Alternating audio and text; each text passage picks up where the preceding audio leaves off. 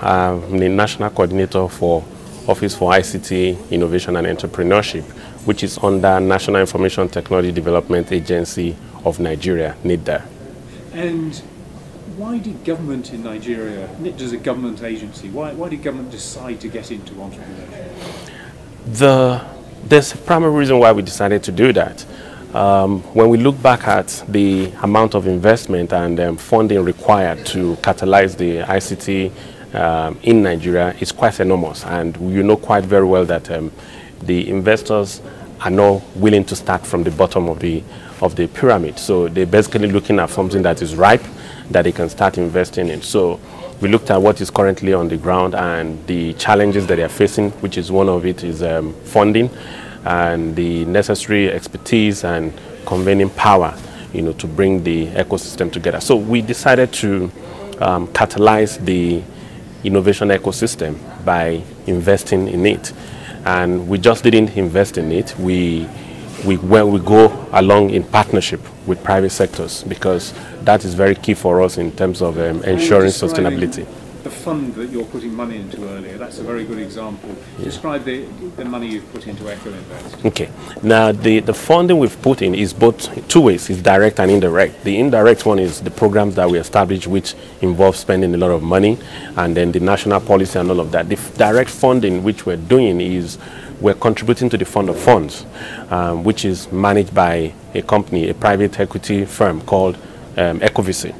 And this is about $12.6 million. The fund is to help. Others are contributing to that fund as well. Yes, others are contributing to the fund. Yes, we have a number. Hearing earlier from one of the contributors, which is Kuramo Capital. Kuramo Capital contributed $1.5 million. And they've increased it to $5 million.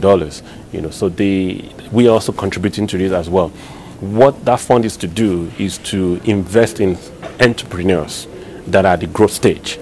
And when they invest in it, and we're all going to monitor how they grow, they will go through some form of mentorship by the fund managers, the investors, to ensure that they utilize the fund for the desired objectives.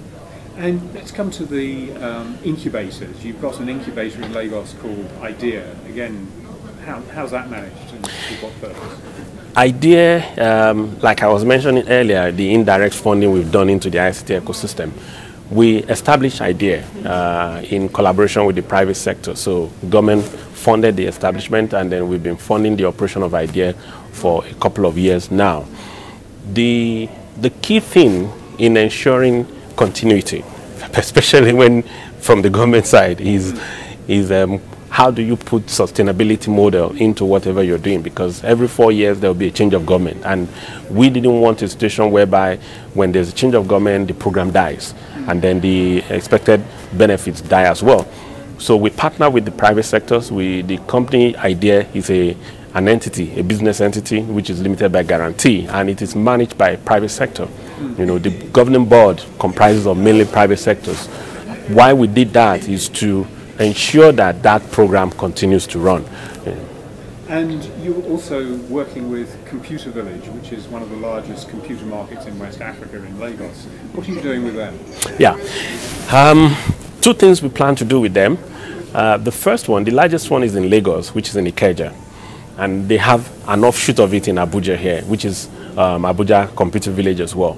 What we've done is we looked at how we can encourage them to grow the local capacity in building some of the components and peripherals of the computers. And we've signed an agreement with Abuja Technology Village for facility. So we're asking them for a space of land. And Abuja Technology Village is a free trade zone. So, that government has accorded that pioneer status for entrepreneurs that will stay in there. So this Abuja computer companies will migrate into that center when we finish building the facilities, and they will enjoy all the benefits of tax break and all of that. In Lagos, what we plan to do with them is, which we have already commenced, is we're starting an initiative called Smart City Innovation Hub. This is going to be in the Lekki corridor, and it's also a free trade zone. So NITDA is going to seed about $100 million naira, into that project to build that. It's about a large hectares of land, to build a computer village where some of the computer village businesses can move into that free trade zones in Lekki area as well. So NITDA and the ministry is a major funder of that project as well. And lastly, you're running a major training program for entrepreneur and tech skills. Yeah. Describe that. Yeah, that's the new one that is coming on the horizon. It's called NITDA ICT Entrepreneurship Program. It's a 4-year program which we're going to start rolling out in the months to come. The reason for that is we want to bring in, accelerate the ability of Nigerians to take on online outsourcing jobs. We did a pilot of it in the last 2 years, whereby we've trained over 20,000 youths on how to get online and apply for e-lands jobs and all of that. And it's been gotten a lot of tremendous success. It was funded by Rockefeller and as well and World Bank. So the next phase we're doing is to develop it into a very long-term sustainable program which will involve building the awareness on e-lands among youths. We intend to go to the whole nation and do that. The second part is capability building, which is we're going to now build skill accelerators, talent accelerators across the 6 geopolitical zones. And people that have done the online training go there and have deep skills so that they can take on the online jobs. The third part of that program is empowerment capabilities, whereby we're going to make grants available, grants and funds available for entrepreneurs. And then we're going to convert all our information communication technology centers that we built, about 400 of them across the country, convert it into entrepreneurship digital centers so that these online workers can go into those centers and use them to do the job that they've been assigned on the e-lands or freelance or micro work platforms.